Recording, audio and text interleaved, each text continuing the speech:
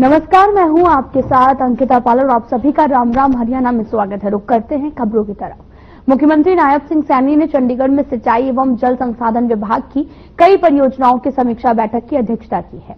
उन्होंने परियोजनाओं की इंजीनियरिंग ड्राइंग में अनावश्यक देरी न होने के निर्देश दिए हैं। गुणवत्ता पर विशेष ध्यान देने को कहा है। उन्होंने कहा कि दादूपुर से हमीदा हेड तक नई समांतर लाइन चैनल और WJC का आधुनिकीकरण 274.87 करोड़ रुपए की लागत से किया जा रहा है, जिसका 64.5% काम पूरा हो चुका है। इसके अलावा WJC ब्रांच तक ऑगमेंटेशन नहर का पुनर्निर्माण 383 करोड़ रुपए की लागत से किया जा चुका है, जिसका 81% कार्य पूरा हो चुका है। साथ ही उन्होंने ये भी कहा कि हरियाणा सरकार इन मेगा प्रोजेक्ट के समय पर क्रियान्वयन के लिए प्रतिबद्ध है, जो राज्य की जल सुरक्षा और कृषि स्थिरता के लिए महत्वपूर्ण है।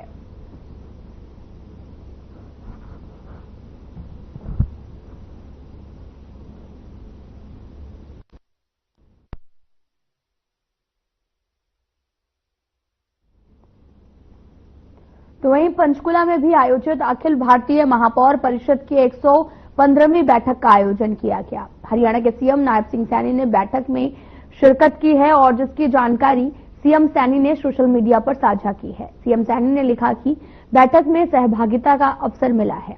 इस दौरान देश भर से आए मेयरों के साथ में शहरी विकास एवं जनहितकारी योजनाओं के प्रभावी क्रियान्वयन पर सार्थक चर्चा हुई है।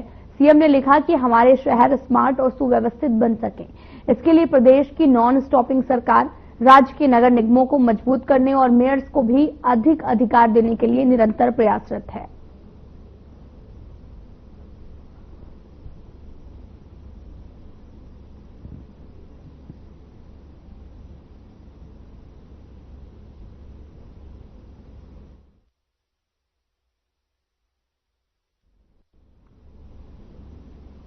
हरियाणा के कैबिनेट मंत्री अनिल विज का बयान सामने आया। उन्होंने कहा कि प्रदेशों के ट्रांसपोर्ट अधिकारियों की वर्कशॉप का आयोजन किया गया है। भारत सरकार ने सभी विभागों को पारदर्शी समय पर लोगों की सुविधा के लिए चलाने के लिए डिजिटल इंडिया कार्यक्रम शुरू किया हुआ है। उसी के तहत ई ट्रांसपोर्ट कार्यक्रम का आयोजन किया गया और विज ने क्या कुछ कहा, आपको सुनाते हैं।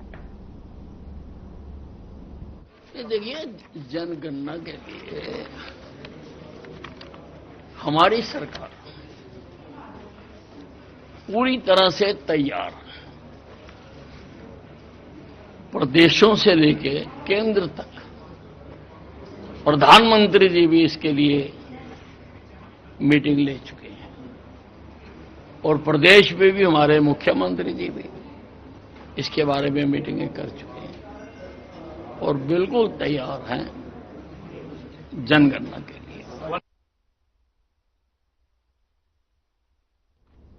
खबर सिरसा से है, जहां पर कांग्रेस पार्टी के सृजन संगठन अभियान के तहत बैठक का आयोजन किया गया है। बैठक में AICC के पर्यवेक्षक क्रिस्टोफर तिलक और कांग्रेसी नेता शमशेर सिंह गोगी विशेष रूप से उपस्थित रहे। बैठक में पर्यवेक्षक क्रिस्टोफर तिलक ने कांग्रेस अध्यक्ष मल्लिकार्जुन खड़गे और नेता प्रतिपक्ष राहुल गांधी का संदेश कार्यकर्ताओं तक पहुंचाया है। उन्होंने कहा कि कांग्रेस पार्टी के संगठन को मजबूत करने के लिए सभी कांग्रेसी कार्यकर्ताओं को एकजुट होकर कार्य करना होगा। साथ ही उन्होंने ये भी कहा कि जिला अध्यक्ष की नियुक्ति के लिए कार्यकर्ता की राय लेने आए और ये फैसला कार्यकर्ताओं की राय पर आधारित होगा, ताकि जिला अध्यक्ष ऐसा हो जो संगठन को मजबूती दे सके। बैठक में सभी कार्यकर्ताओं ने पर्यवेक्षक से मुलाकात कर उनकी राय रखी है।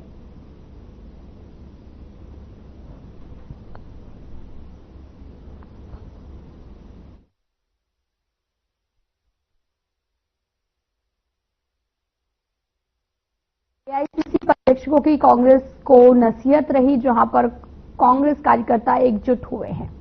तस्वीरें दिखा रहे हैं जहां पर बड़ी संख्या में लोग इस मीटिंग में पहुंचे। संगठन को मजबूत करने में कांग्रेस लगातार तमाम तरह के कार्य कर रही है। संगठन विस्तार को लेकर चर्चाएं जो हैं वो लगातार तेज है, जिसको लेकर बैठकों का दौर भी जारी है और साथ ही जिला अध्यक्ष का चुनाव होना है, जिसको लेकर एक गठन किया गया है ग्रुप का और इस दौरान पर्यवेक्षकों का लगातार जनता के बीच में पहुंचकर कार्यकर्ता एकजुट होकर कार्य कर रहे हैं।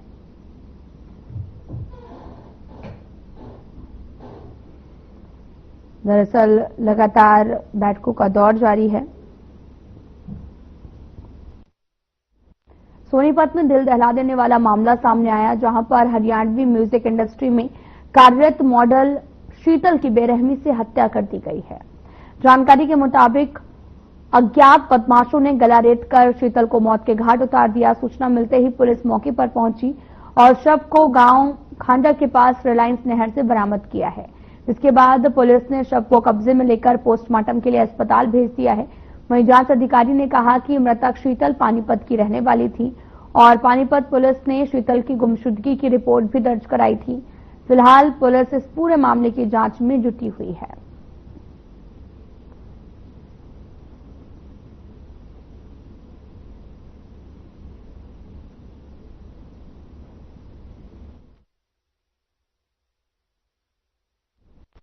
कुरुक्षेत्र पुलिस ने वाहन चोरी रोकने के लिए कदम उठाए हैं। पुलिस ने वाहन चोरी की वारदातों को सुलझाते हुए बाइक चोरी करने के आरोपी को गिरफ्तार किया है और आरोपी की पहचान कैथल के रहने वाले बिंटू उर्फ मुंशी के रूप में हुई है, जिसके कब्जे से एंटी व्हीकल थेफ्ट टीम ने भी चोरी की 6 बाइकें बरामद की हैं।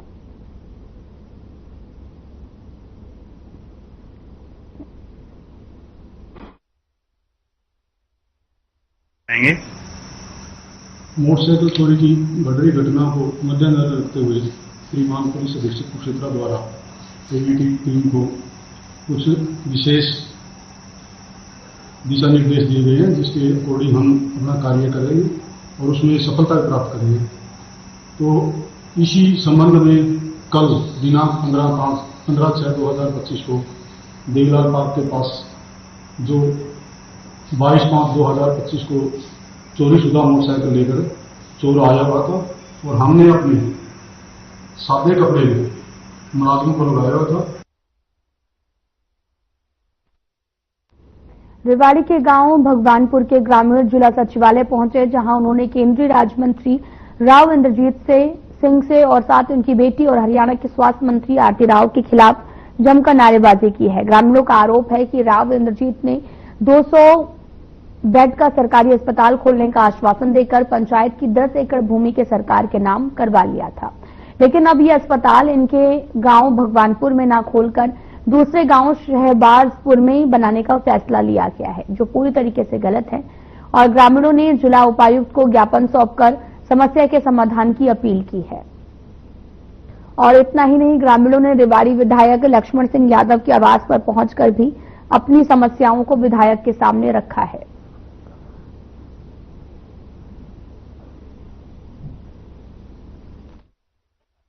ये तो वही बता पाएंगे, लेकिन ये दूर की बात हो गई।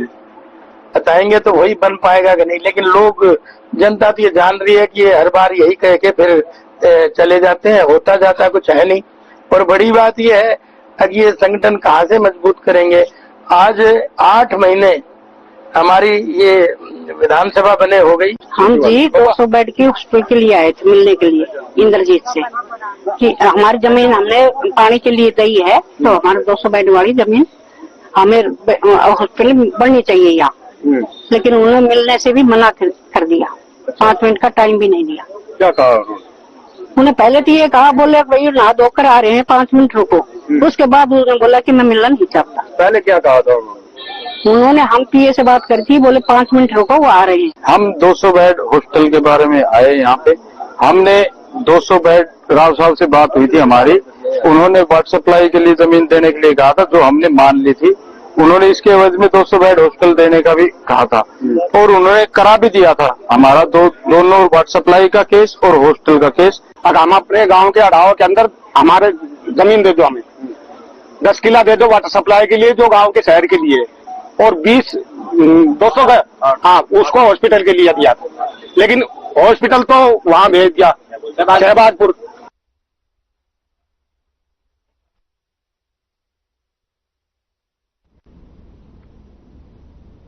कृषि विश्वविद्यालय हिसार में छात्रों पर मामला हुआ था, जिस पर नेशनल स्टूडेंट्स यूथ कांग्रेस ने चंडीगढ़ में प्रदर्शन किया। इस मामले में शिक्षा मंत्री का हैरान करने वाला मामला सामने आया है, जहां पर शिक्षा मंत्री का कहना है कि हमले की उन्हें कोई जानकारी नहीं है। छात्रों पर हुआ हमला दुर्भाग्यपूर्ण है। छात्रों का कहना है कि जब तक विश्वविद्यालय के कुलपति इस्तीफा नहीं देंगे तब तक आंदोलन जारी रहेगा। साथ ही ये भी कहा कि इस मामले में सरकार भी छात्रों के पक्ष में कुछ नहीं बोल रही है।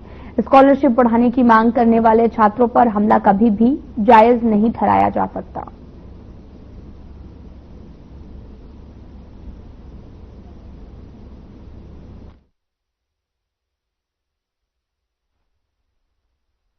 ये तो हमेशा ही होता है, जब से बीजेपी का राज बना है कभी मिलने नहीं दिया। हमेशा ये हमारे ये भी हमारे चाचे तो हुए हैं, कोई हमारी बहन है, उनको हमेशा प्रशासन को खड़ा कर देते हैं, आपस में टकराव करा देते हैं, खुद बीच में वहां बैठे इसी में आराम सेवा ले रहे हैं।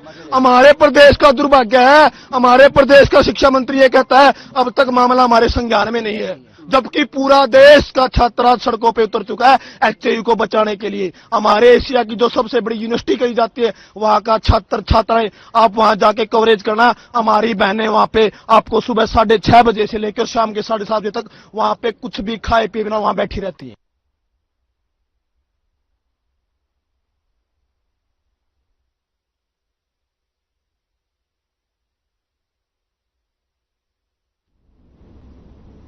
पुंडरी विधानसभा के गांव कौल में स्थित चौधरी चरण सिंह हरियाणा कृषि विश्वविद्यालय कॉलेज के प्रांगण में सैकड़ों छात्र छात्राओं ने धरना प्रदर्शन कर विश्वविद्यालय के उप कुलपति और विश्वविद्यालय प्रशासन के खिलाफ जमकर नारेबाजी की है, जहां पर चौधरी चरण सिंह विश्वविद्यालय के छात्र आर्यन कुंडू और साथ ही छात्रा एकता ने अपनी कई मांगों को रखा।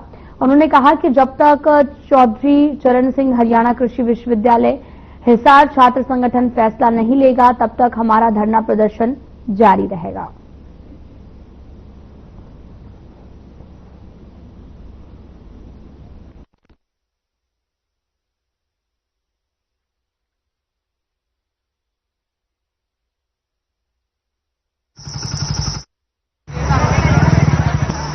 सर, समस्या हम लोग ना एक शांतिपूर्वक प्रोटेस्ट पे बैठे हैं। हमने कुछ डिमांड्स रखी थी जो मतलब अथॉरिटीज ने वो हमारा पास किया था स्कॉलरशिप को लेकर।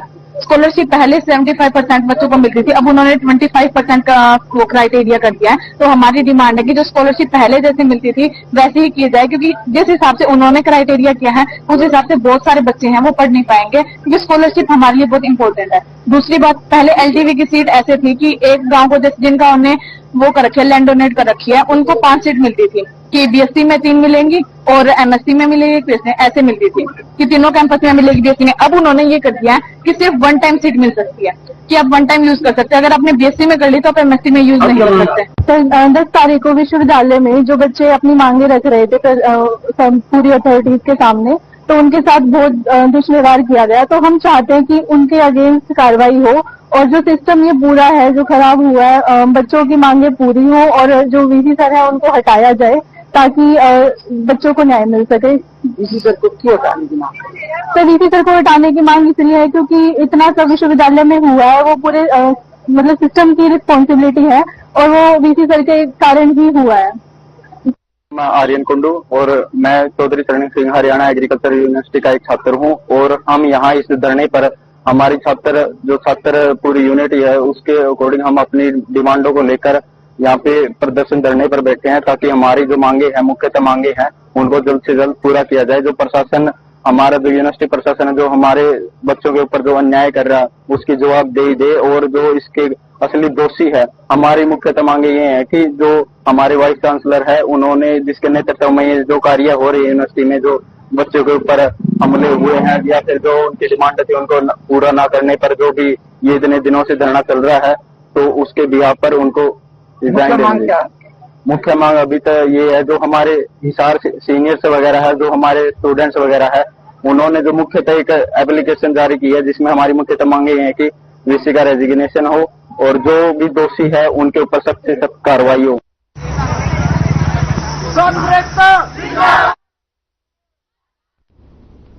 नागर चौधरी विधानसभा के गांव कोरियावास स्थित मेडिकल कॉलेज के नामकरण को लेकर सोमवार को एक महत्वपूर्ण संयुक्त प्रेस कॉन्फ्रेंस का आयोजन हुआ, जिसमें क्षेत्र के प्रमुख सामाजिक संगठन, जाति प्रतिनिधियों और शिक्षाविदों ने एक स्वर में कॉलेज का नाम महर्षि चरण चिकित्सक महाविद्यालय बनाए रखने की पुरजोर मांग रखी है। प्रेस कॉन्फ्रेंस को संबोधित करते हुए इतिहास एवं सांस्कृतिक संरक्षण संघ के जिला अध्यक्ष मनीष वशिष्ठ, एडवोकेट अग्रवाल सभा अध्यक्ष महेंद्र बंसल और प्रजापत समाज अध्यक्ष संतलाल प्रजापत और सैनी समाज अध्यक्ष बलबीर सैनी ने कहा कि यह मेडिकल कॉलेज ऋषि जैसे वैदिक आयुर्वेदचार्य के नाम पर होना चाहिए, जिन्होंने देसी पर्वत की तपोभूमि पर तपस्या कर आयुर्वेद और योग को अमर किया है।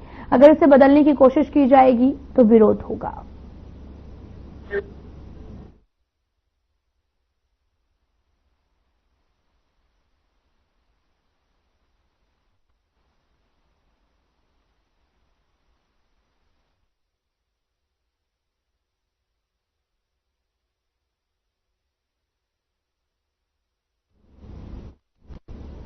खबर बारला से है, जहां पर बोर्ड परीक्षाओं के तर्ज पर प्रज्ञा स्कूल की 6 छात्राओं ने नीट परीक्षा में प्रथम प्रयास में बाजी मारकर नया रिकॉर्ड कायम किया है। मेधावी छात्राओं की प्रतिभा पर विद्यालय में खुशी का माहौल है। स्कूल प्रबंधक कमेटी ने होनहार विद्यार्थियों को मिठाई खिलाकर सम्मानित किया है। भांडवा के प्रज्ञा स्कूल डायरेक्टर युद्धवीर सिंह की अध्यक्षता में आयोजित अभिनंदन समारोह को संबोधित करते हुए सदाराम डब्बास और कृष्ण प्रधान जेबली ने कहा कि ग्रामीण क्षेत्र की छात्राएं बहुत प्रतिभावान होती हैं और नीट परीक्षा में बेहतरीन अंक प्राप्त कर छात्राओं ने क्षेत्र का नाम रोशन किया है और प्रदेश सरकार भी ग्रामीण अंचल की छात्र छात्राओं के लिए प्रतियोगी परीक्षाओं के लिए उपलब्ध करवा रही है। वहीं MBS में जो है वो प्रवेश पाने वाली छात्रा तमन्ना सुनैना योगिता ने अपनी सफलता का श्रेय स्कूल शिक्षकों के साथ साथ अपने माता पिता को भी दिया है।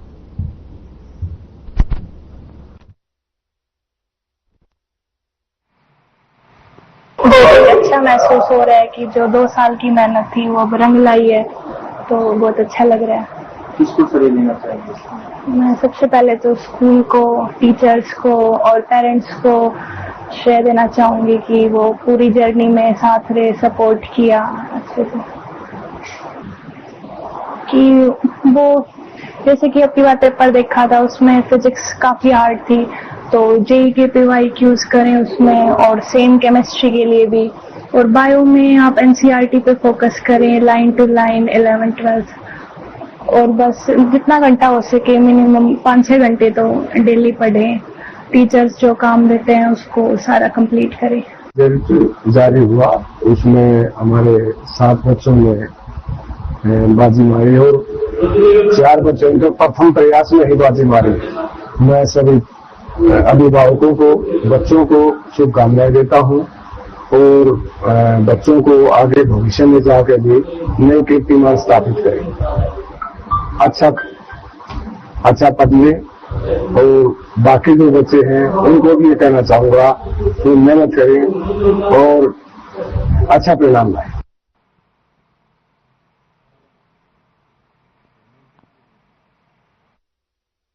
बदलते हुए मौसम ने जहां तापमान 44 से 45 डिग्री बना हुआ है, वहीं आंधी और साथ ही झिटपुट बरसात ने प्रदेश में तापमान को 40 डिग्री तक ला दिया है। अगले 3 दिनों तक मौसम परिवर्तनशील रहने के साथ ही 19 जून के बाद में मानसून की बरसात होने की बात मौसम वैज्ञानिकों ने कही है। मानसून अब की बार 1 सप्ताह पहले आएगा। अच्छी बरसात की उम्मीद मौसम वैज्ञानिक लगा रहे हैं। भिवानी के कृषि विज्ञान केंद्र के मौसम वैज्ञानिक डॉक्टर देवीलाल ने बताया कि अगले 3 से 4 दिन तक मौसम परिवर्तनशील रहेगा। कभी धूप, कभी बादल, तो कभी कहीं कहीं हल्की बूंदाबांदी के साथ प्री मानसून की बरसात हो सकती है। इसके साथ ही 50 से 60 किलोमीटर प्रति घंटे की रफ्तार से आंधी भी आने की संभावना है।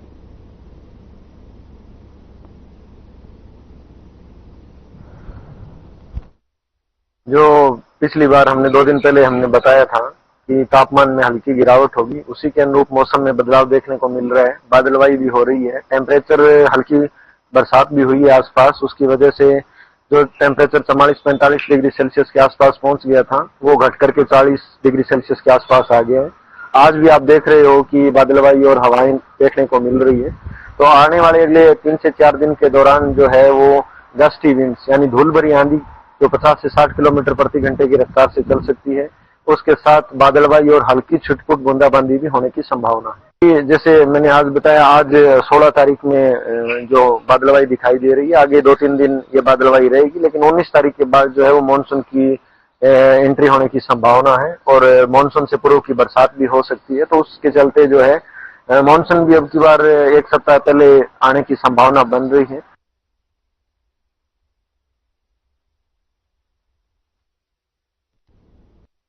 तो शाम में भीषण गर्मी के बाद में अचानक से मौसम का मिजाज बदल गया है। आसमान में काले बादल छा गए और तेज बारिश शुरू हो गई। बारिश से जहां लोगों को गर्मी और उमस से राहत मिली है, वहीं फसलों के लिए भी ये बारिश फायदेमंद साबित होगी। हालांकि बारिश के कारण तोशाम के बाजारों में जलभराव हो गया है। खासकर बस स्टैंड के आसपास की गलियों में पानी भर गया है और इससे दुकानदारों और राहगीरों को भारी परेशानी का सामना भी करना पड़ रहा। लोग जलभराव से निजात पाने के लिए प्रशासन से मांग कर रहे हैं।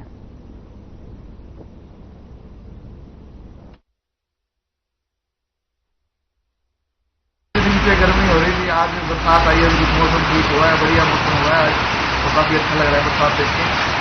बता रहे हैं कि कल भी हो सकती है बरसात। तो काफी राहत महसूस कर रहे हैं गर्मी से? काफी रात बहुत गर्मी हो रही थी, टेम्परेचर 45 तक चला गया था। आज टेम्परेचर भी ठीक हो गया।